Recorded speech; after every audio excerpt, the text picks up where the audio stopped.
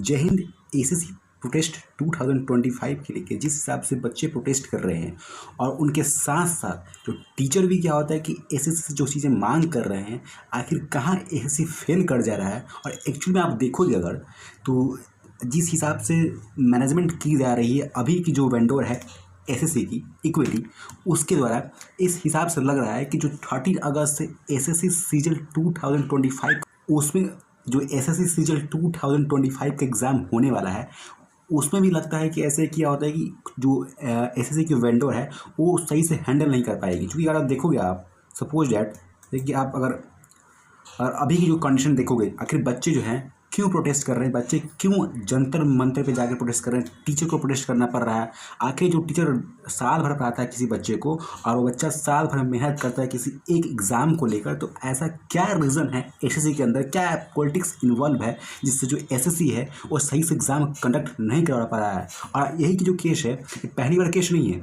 ये बहुत, और आप देखोगे तो पहले भी बहुत सारे ऐसे केस हो चुके हैं और मल्टीपल गवर्नमेंट एग्जाम में भी। और इस साल भर पहले क्या होता है कि नीट को लेकर बात उठी थी, बीपीएससी को लेकर उठी थी। इसके साथ ही क्या होता है कि बहुत सारे ऐसे एग्जाम हैं जो कि पहले भी कंडक्ट करवाए गए थे और खासकर इक्विटी द्वारा, जिसमें क्या होता है कि मिस मैनेजमेंट, मिस हैंडलिंग तरह से क्या होता है कि काफ़ी सारे इशूज़ फेस करने पड़े थे स्टूडेंट को। लेकिन एक्चुअली में क्या होता है कि इस एग्ज़ाम जो अभी एसएससी 2025 में जो सिलेक्शन फोर्स फेज 13 की जो एग्ज़ाम थी, इसको लेकर क्या होता है कि जो बच्चे थे वो काफ़ी मतलब ज़्यादा नाखुश थे सिस्टम से, वेंडर से, जिसके लिए क्या होता है कि बच्चे जो हैं वो प्रोटेस्ट कर रहे थे। तो ऐसे में क्या होता है, एक बड़ा सवाल है कि आखिर क्या एक कोर रीजन है, एक रूट कॉज है कि जिसकी वजह से जो बच्चे हैं वो प्रोटेस्ट कर रहे हैं, अब बच्चे को लाठियाँ खानी पड़ रही है। तो वन बाई वन क्या होता है, इसको हम एक्चुअल जो कॉज है उसको पहले समझते हैं। ठीक है, फर्स्ट जो कॉज है वो है, मतलब एक तरह से आप देखोगे तो क्या होता है कि जो बच्चे हैं वो क्या होता है कि उनको जो एडमिट कार्ड आमतौर पर क्या होता है कि एग्ज़ाम के कुछ समय पहले ही मिल जाना चाहिए था, लेकिन जो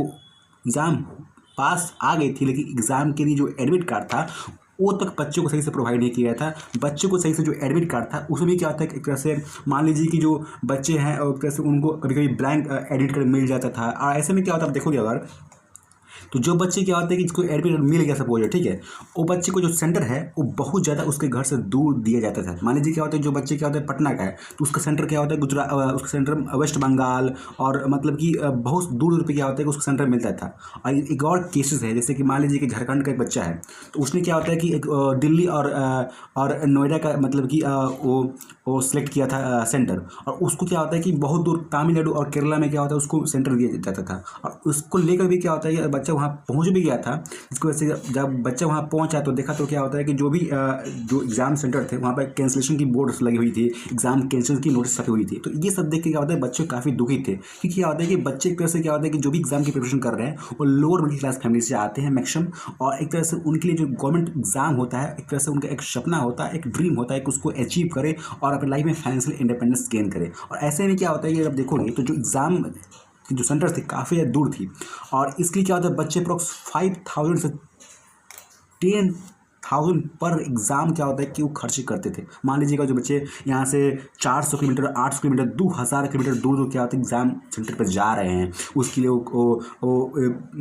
जो ट्रैवलिंग की कॉस्ट होती है, जो रहने खाने की जो कॉस्ट होती है, वहाँ पर कुछ गया वही कोई रिश्तेदार है वहाँ पर, सारी चीज़ें क्या होता है कि वहाँ ठहरने के लिए जो भी एक्सपेंसेस लग रहे हैं बच्चे के, इतने सारे एक्सपेंसेस लग रहे हैं। और इतना सारा पैसा खर्चा कर जाने के बाद भी अगर बच्चे को वहाँ जाकर पता चलता है कि उसकी एग्ज़ाम कैंसिल हो चुकी है बिना उसके प्रायर नोटिस के, बच्चे को कितना खराब लगेगा। तो इसलिए क्या होता है कि जो बच्चे हैं काफ़ी नाखुश थे, और इससे क्या होता है टीचर भी एक साथ आए, यूनाइट हुए और एक तरह से उन्होंने एक तरह से दिल्ली चलो का एक नारा दिया और दिल्ली में गए और प्रोटेस्ट करने लगे। और एक्चुअली में और आप आगे देखोगे तो यही नहीं है, अगर आप पैसों की बात करें तो सिर्फ यही नहीं है, जो बच्चे उस फेज में जो स्ट्रेस झेले, जो एंजाइटी उनकी हुई, जो टेंशन, जो फ्रस्ट्रेशंस, जो एक तरह से आप देखोगे तो जो स्टुपिडिटी करी है एसएससी ने, वो बच्चे के लाइफ से सरेआम खिलवाड़ है। तो ऐसे में क्या होता है अगर देखोगे यार,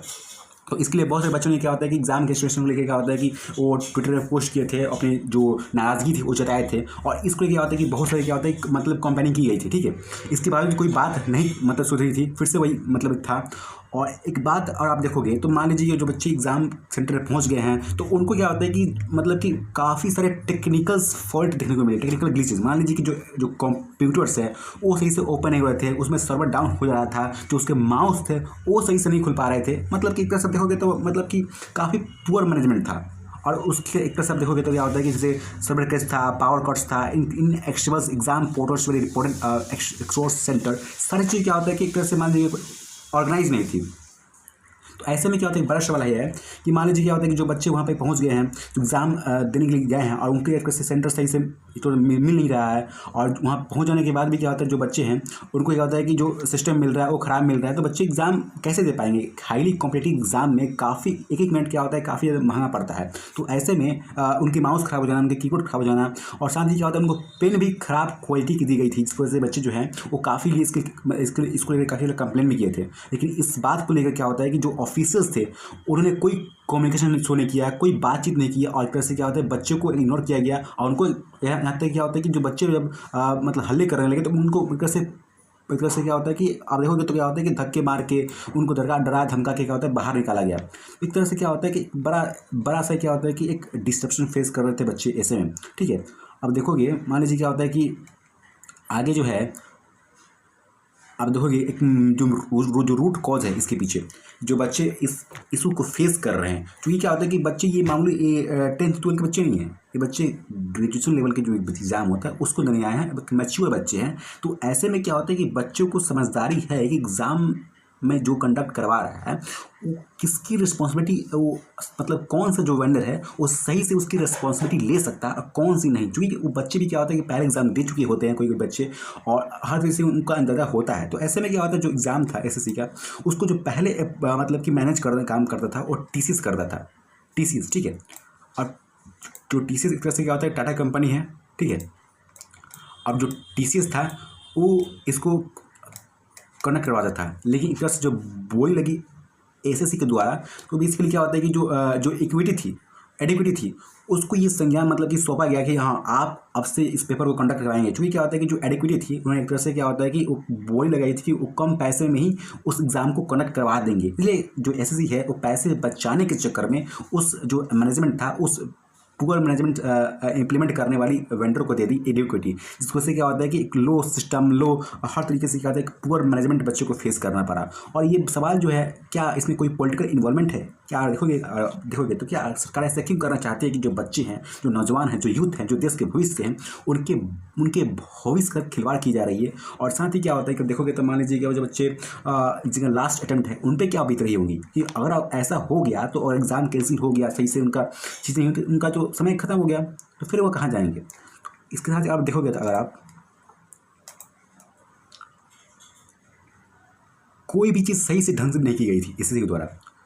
आप देखोगे क्या होता है कि मान लीजिए जहाँ एग्ज़ाम सेंटर से कहीं बहुत दूर दी गई थी, और एक तरह से क्या होता है कि इतना पुअर मैनेजमेंट था कि बच्चों को एग्ज़ाम सेंटर गांव में, चिवड़ा में, एक तरह से क्या होता है कि जहाँ मतलब कि जहाँ नीचे गाय भैंस बांधी हुई हैं, जहाँ भेड़ बकरियाँ बांधी हुई हैं, वहाँ पे क्या होता है कि नीचे के फ्लोर पे वहाँ पे गाय भेड़ बकरियाँ बांधी हुई है और ऊपर क्या होता है एग्ज़ाम हो रहा है। तो ऐसे में क्या होता है कहीं कुछ भी चीज़ को एग्ज़ाम के सेंटर ना दिया, मतलब इस प्रकार से क्या होता है कि बच्चे के भविष्य से खिलवाड़ किया जा रहा है। अब देखोगे तो मान लीजिए कि एक तरह से जो बच्चे थे वो लॉन्ग डिस्टेंस तो फेस कर ही रहे थे, और एक तरह से पुअर मैनेजमेंट फेस कर ही रहे थे, और एग्ज़ाम की जो मैनेजमेंट थी अंदर जाके कि एग्ज़ाम एक्चुअली हो कहाँ रहा है वो भी फेस कर रहे थे। और इसके साथ ही जहाँ एग्ज़ाम हो रहे थे बच्चे कुछ प्रोटेस्ट ना कर पाए, इसके लिए वहाँ पे बाउंसर भी रेडी किए गए थे। तो बच्चे प्रोटेस्ट करने लगे, बच्चे उसको डिफेंड करने लगे, तो क्या होता है कि बाउंसर द्वारा उनकी आवाज़ को दबाया जा सके और उनको चुप कराया जा सके। ये सारी प्रयास की गई थी एसएससी द्वारा। तो ये काफ़ी ज़्यादा मतलब कि एक निंदनीय करने वाली बात है। अगर ऐसा हो तो बच्चा का जो यूथ है, जो एक तरह से जो भविष्य है वो काफ़ी खतरे में है, ठीक है।